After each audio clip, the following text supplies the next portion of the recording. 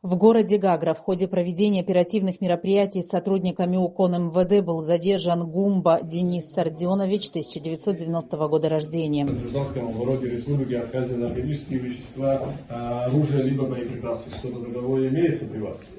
Имеется. Что имеется? Оружие. У гражданина Гумба мы обнаруживаем пистолет в чехле. Пистолет предположительно системы Макарова со снаряженным магазином.